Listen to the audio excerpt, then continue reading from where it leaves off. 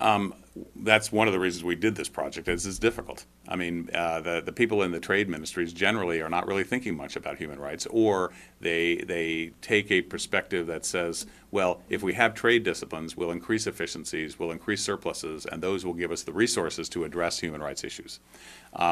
Human rights folks, on the other hand, often tend to say we need human rights to be put first and foremost, and even if it intrudes on the efficiencies, the level playing field, the non-state interventionist rules of the GATT and the WTO, so be it, because human rights should be first and foremost in our thoughts.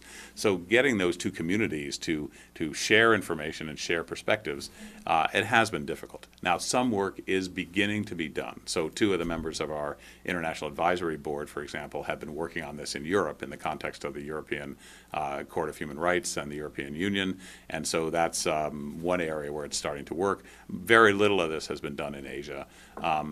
In China, for example, there is now beginning to be a much more vigorous discourse on corporate social responsibility that tries to manage trade rules on one hand and human rights on the other. So there are beginnings of opportunity, but there's been very little systematic research done.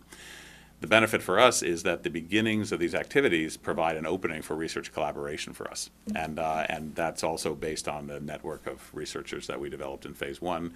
But it's not easy, and I think it offers some challenges for policymakers. It involves challenges for scholars, because scholars often are very up to date in one of those discourses, but maybe not the other. So we have put together what we call a coordinated compliance research group that has trade specialists as well as human rights specialists as well as country specialists on it, and that is there to build lateral linkages among the various scholars in the project.